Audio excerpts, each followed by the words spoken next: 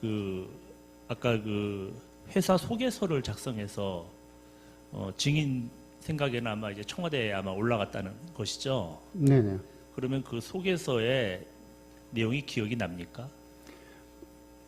정확하게 기억은 나지 않는데 WK는 뭐 어떤 회사고 그다음 거기에 로고도 포함이 되어 있었고 그다음에 조직도도 포함이 되어 있고 뭐 그랬던 걸로 기억이 됩니다. 어떤 일을 하겠다, 그러니까 스포츠 매니지먼트를 하고 뭐 그런 업무들이 기록이 된 걸로 기억이 됩니다.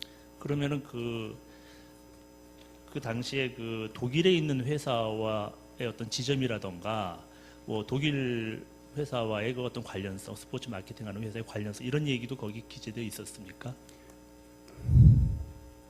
잘 기억이 나지 않습니다. 그 회사 속에서는 초기에 만들었기 때문에 아마 그런 내용이 없었을 겁니다.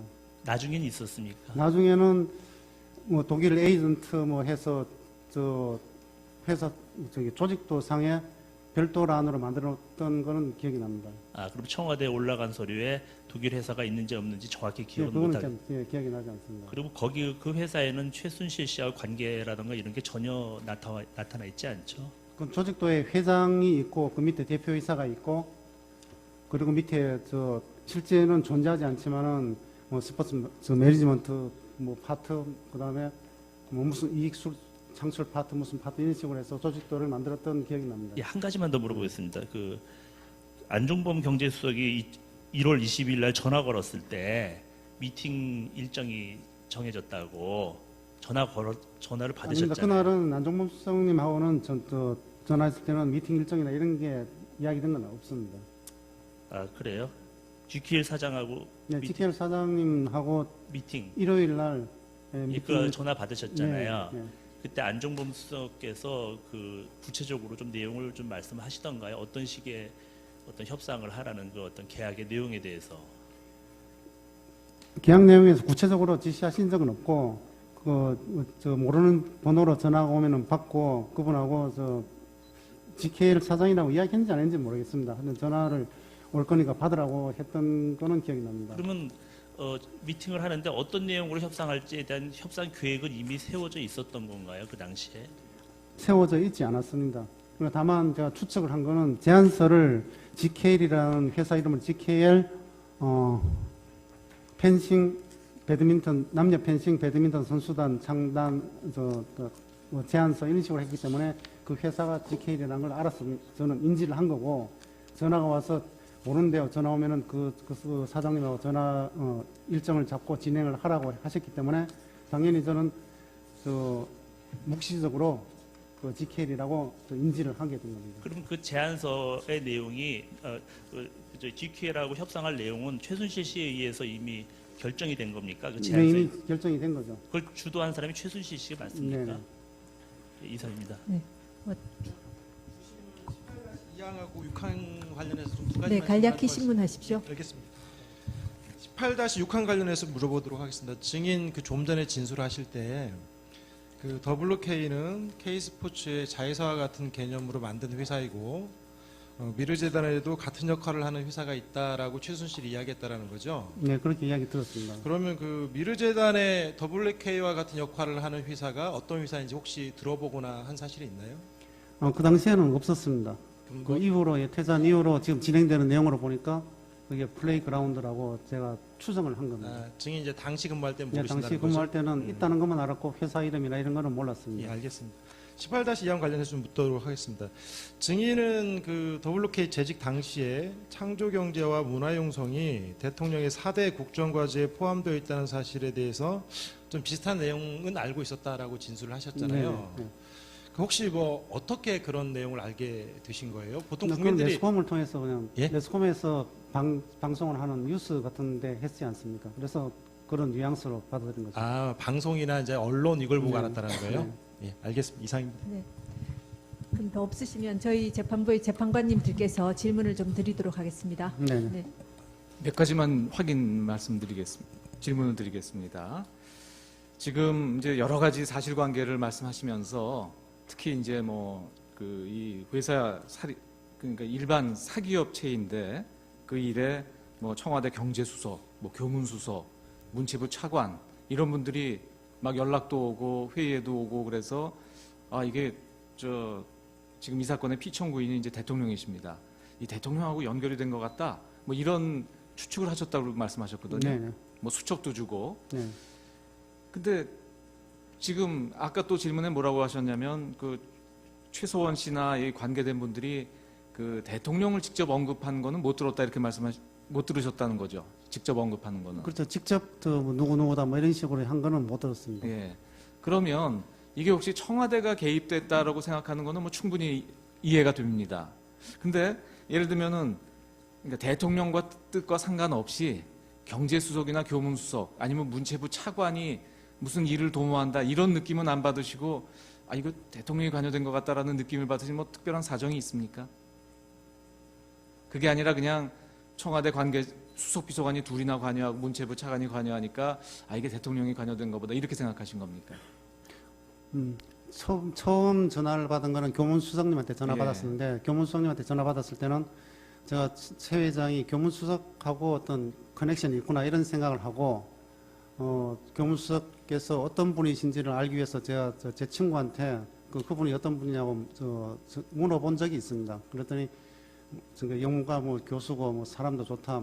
그런데 왜 만나자고 하는지는 모르겠다. 이런 식으로 제 친구가 전화를 한 적이 있습니다. 그래서 그때까지는 그 윗선까지는 생각을 못 했었는데 그 며칠 후에 경제수석께서 전화를 오고 그래서 경제수석을 업무를 지시를 하고 컨트롤할 수 있는 분은 그 위에 분밖에 없겠다 이런 생각을 했던 겁니다. 그러니까 수석이 두 분이나 막 연락이 오고 네. 하니까 그렇게 생각했다. 지금 그 당시는 최소원 씨가 어떤 분인지 몰랐다는 것이고 아까 네네. 증언하셨죠. 예. 그다음에 지금 증인은 그 WK의 대표이사인데 K스포츠에도 사무실이 있었고 명함도 사용했다고 말씀하셨거든요. 네. 그 경위는 어떻게 됩니까? 왜 다른 그러니까 WK 대표이사가 왜 재단법인의 사무실도 있고 명함도 사용하신 겁니까? 그 명함도 최 회장이 파준 거고 파줬는데 처음 급여 500만 원 결정하면서 급여를 저도 이해가 잘 안 된 상황이었는데 350은 WK에서 받고 150은 K스포츠재단에서 받으라 이렇게 이야기를 하셨습니다. 그리고 사무실이 별도로 있었던 건 아니고요. 딴 사람이 사용하는 책상을 제가 갈 때 사용했는데 딱 일주일만 그랬습니다. 그러면서 그게 제 상식으로는 도저히 납득이 안 돼서 정사무총장님하고도 상의를 했고 그래서 이거는 급여를 K스포츠재단에서 주는 건 안 된다. 그래서 그러면서 제가 그 일주일 이후에는 그걸 끊었습니다. 그리고 실제 급여는 WK에서 받고 그 내용도 최 회장한테 보고를 했었습니다. 실제로 받은 적은 없는데 실제는 가서 업무를 하거나 그런 건 전혀 없었고요. 아니 그러니까 이제 최소원 씨가 말하기를 K스포츠 명함도 주고 월급 중에 일부는 K스포츠로부터 받아라 이렇게 지시를 받았지만 실제로 받은 적은 없다는 그런 네네. 말씀이신 거죠? 예. 뭐 마지막 질문 전에 그냥 아주 이거는 사소한 거라 그냥 궁금해서 묻는데요. 기록을 보니까 이 WK가 처음 설립될 때는 대표이사가 최철로 돼 있었던 것 같습니다. 1월 12일 날 설립됐거든요. 그랬다가 1월 15일 날 증인이 대표이사로 취임하면서 증인으로 바뀌었다가 다시 이제 증인이 퇴사하고 최철로 다시 바뀌는 것 같은데 혹시 왜 그런지 혹시 아세요? 무슨 기술적인 문제가 있었나요? 재판관님 말씀하시는 내용을 오늘 지금 처음 듣는 처음 내용입니다. 들었어요? 네. 제가 제일 먼저 대표이사로 된 걸로 알고 있습니다. 네, 그러니까 원래 증인이 대표이사인데 네. 등기부 등본은 마치 그렇게 되어 있는 것 같아서 아니면 제가 좀 잘못 본 것 같습니다. 아까 지금 증언하시면서 퇴사 이유 중에 하나가 이게 사업이 비정상적이고 자칫하면 권력형 비리에 연루될 것 같다 이런 말씀을 하셨습니다. 네. 근데 지금 하는 사업 자체는 GKL에 무슨 결과적으로는 장애인 펜싱 팀이 설립됐고 포스코에 무슨 스포츠 관련 일을 하고 그 일만 놓고 보면 무슨 범죄와 같은 일은 아닌 것 같거든요. 근데 지금 증인이 이거 권력형 비리가 될 것 같다라고 느끼신 그 점을 간단히 좀 설명을 해봐 주십시오. 근데 그 점은 교문수석님 전화 받고 업무 진행하는 것도 관심을 가져주는 거, 그다음에 경제수석님께서 전화하고 업무 연결해서 관심 가져주시는 거, 그다음에 김종수 차관님께서 전부 업무를 관여하고 하시는 거 등등 그런 부분이 그게 한 사람만 만약 관여를 했다면은 최 회장께서 이 한 사람하고 관련되겠다고 생각했겠지만은 그 여러 분의 들이 다 관여를 해서 도움을 주고 전화도 하고 했다는 게 하나의 증거가 되는 거고, 그 다음에 만약에 설사 그렇다 하더라도 저희들이 저희 WK가 제공하고자 하는 분야의 핵심 역량을 가지고 있고 충분한 인력들도 보유하고 있었다면은 그 서비스나 이런 것들 충분히 제공할 수 있었을 겁니다. 그러나 그런 핵심 역량이나 이런 거 인력도 갖춰지지 않은 상태에서 그런 높은 분들의 힘에 의해서 일이 진행이 되는 것으로 보고서 권력형 비리라고 이렇게 판단을 내린 겁니다. 예. 그리고 이제 요 마지막 질문입니다. 지금 증인은 이제 경험이 많으시잖아요. 스포츠는 잘 모르시지만. 예. 증인의 그런 경험에 비춰봤을 때 만약에 지금 블루K가 이런 문제가 발생하지 않고 지금 증인이 짧은 기간이지만 그 상당히 청와대 수석이나 차관 등이 이렇게 도와주고 또 증인 말씀에 따르면 최서원 씨가 상당히 자금력도 있다고 들었고 그런 영향력을 가지고 이렇게 GKL이나 포스코 등과 결과적으로 계약이 체결돼서 회사가 운영됐다면 상당한 수익이 생기는 것은 사실이죠. 일이 진행이 되었다면. 그래서 일이 진행이 되었다면 상당한 수익이 생기는 것은 맞을 겁니다. 그렇죠. 예. 그리고 지금 말씀하신 것처럼 실제로는 직원도 몇 명 없는데 증인 생각에는 그 회사에서 감당하기 어려운 일을 지금 맡기고 있고 그리고 말하자면 작은 회사에서 큰 일을 해서 큰 수익이 생기면 수익은 더 그만큼 커지겠네요. 네. 적은 투자로 큰 수익이 생기는 거니까요. 네. 그런 알겠습니다. 네. 다시는 기회가 없을 것 같아가지고 어떤 내용입니까? 부자 아까 질문 그 부분 다 하시지 않으셨습니까? 구민카드가 돼 있는데 네. 구민카드가 매월 1일 날 출금이 되는데 카드는 3개 발부가 됐죠. 네, 법인카드 3장 근데 있었습니다. 그 3개가 합쳐진 금액입니까? 합쳐진 금액입니다. 다 네, 합쳐진 결제일이 매월 초에 해서 합쳐진 금액으로 결제됐습니다. 대충 중에는 어느 정도 썼습니까?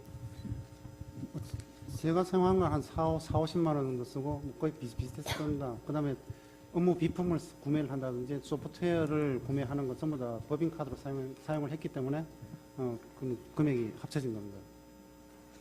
아까 제가 한 가지만 여쭤보겠습니다. 네. 아까 그 회의에서 증인이 배제되어 있다고 이렇게 말씀을 하셨지 않습니까? 네네. 근데 그 부분은 이제 증인이 그 스포츠 분야의 전문가가 아니었기 때문에 이렇게 좀 배제되어 있다는 이런 뜻입니까? 네, 그런 느낌입니다.